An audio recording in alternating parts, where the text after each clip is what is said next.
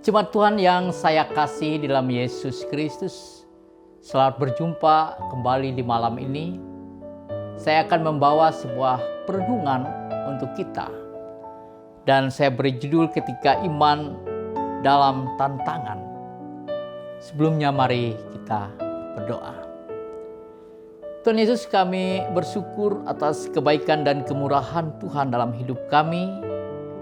Bersyukur karena kami boleh ada sampai hari ini. Kami akan merenungkan firman-Mu, belajar bersama, dan biarlah Roh Kudus Tuhan menuntun kami. Di dalam oleh Yesus Kristus kami berdoa. Amin. Jemaat Tuhan yang saya kasih di dalam Yesus Kristus, tantangan terbesar dalam kehidupan kita adalah ketika kita berada dalam tantangan itu sendiri.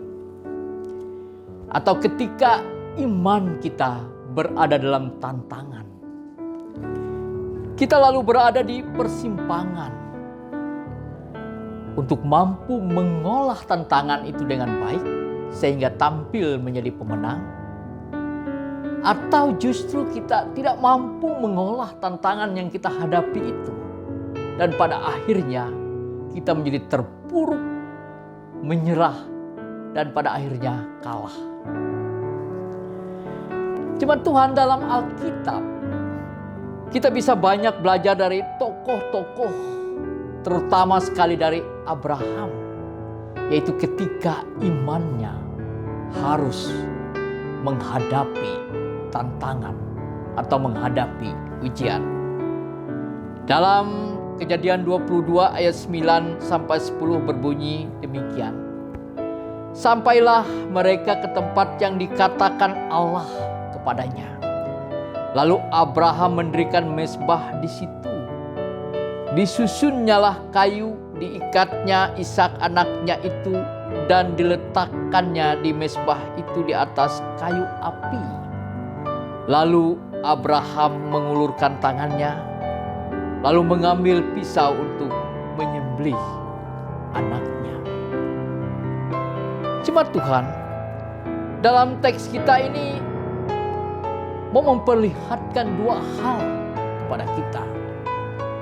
Yang pertama adalah kesetiaan dan ketaatan kepada Allah, Sang Pemilik kehidupan, harus menjadi ukuran keyakinan bahwa apa yang kita miliki adalah anugerah dari Allah semata. Jadi kesetiaan dan ketaatan kita itu sebagai ukuran bahwa sesungguhnya apa yang kita miliki itu adalah anugerah Allah semata. Dalam keyakinan itu kita lalu mempasrahkan hidup kita agar Allah sendiri membentuk kita. Dalam bentukan tangan Allah itu kita bisa mempertimbangkan dengan bijaksana dan pada akhirnya untuk mampu keluar dari tantangan itu sendiri. Di dalamnya lalu ada penyesalan, di dalamnya lalu ada pertobatan. Bila kita jatuh di dalam dosa, penyesalan dan pertobatan itulah yang mampu membuat kita hidup di dalam pengampunan dari Allah. Itu yang pertama, Bapak Ibu. Yang kedua, Allah sesungguhnya adalah Allah yang berpihak kepada kehidupan, bukan kepada kematian. Allah yang berpihak kepada kemenangan, bukan kepada ketidakberdayaan. Oleh sebab itu Allah yang kita sembah bukan Allah yang mati, tetapi sesungguhnya Allah yang mencintai kehidupan. Oleh sebab itu di dalam ayat 12 teks kita lalu berbunyi demikian. Lalu ia berfirman, jangan bunuh anak itu. Jangan kau apa-apakan dia. Sebab telah ku ketahui sekarang bahwa engkau takut kepada Allah. Jemaat Tuhan yang saya kasih dalam Yesus Kristus. Oleh sebab itu kita bukan hanya berhenti pada titik kesetiaan dan ketaatan serta hidup dalam pertobatan seperti saya katakan pada poin pertama di atas. Kita tidak boleh berhenti pada titik itu. Bila kita berhenti pada titik itu saja, maka kita akan menjadi orang yang egois. Tetapi harus berlanjut. Berlanjutnya yaitu sampai keberpihakan kita pada kehidupan itu sendiri. Oleh sebab itu, Bapak Ibu yang saya kasih dalam Yesus Kristus, kita harus mampu menghadirkan diri kita menjadi pejuang kebenaran, pejuang keadilan, dan pada akhirnya kita mampu menjadi alat Allah.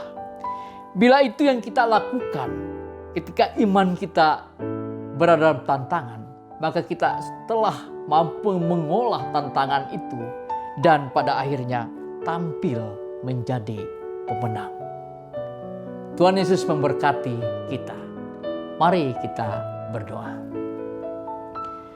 Tuhan Yesus, kami bersyukur atas kebaikan dan kemurahan Tuhan dalam hidup kami. Ada banyak tantangan yang kami hadapi dalam hidup kami, termasuk tantangan dalam iman kami sendiri. Kami bisa jatuh dalam dosa, dalam kekeliruan dan kesalahan. Tetapi jangan biarkan kami jatuh dalam kesalahan itu, dan biarlah Roh Kudus Tuhan menuntun kami agar kami mampu mengolah semua tantangan yang kami hadapi itu. Jika kami jatuh dalam dosa, biarlah kami hidup dalam penyesalan dan pertobatan, dan pada akhirnya kami boleh menjadi alat di tangan Tuhan. Seperti Allah selalu berpihak kepada kebenaran, Allah selalu berpihak kepada kehidupan. Biarlah kami mampu menjadi alat di tangan Allah yang berpihak pada kebenaran, yang berpihak kepada keadilan, yang berpihak kepada kehidupan. Dengan demikian ya Tuhan, kami akan mampu melanjutkan hidup kami menjadi pemenang. Allah Bapa di surga, kami menyerahkan jemaat-Mu sekalian ke dalam tangan pengasihan Tuhan. Ada banyak tantangan yang mereka juga hadapi. Biarlah mereka mampu mengolah tantangan mereka dengan penuh tanggung jawab dan hanya mengandalkan Tuhan. Tidak larut dalam kesalahan dan dosa, tetapi mampu menjadi alat Tuhan. Berkati usaha, berkati pekerjaan yang mereka lakukan ya Tuhan. Bila saat ini kami jatuh dalam sakit, biarlah Tuhan menyembuhkan sakit kami.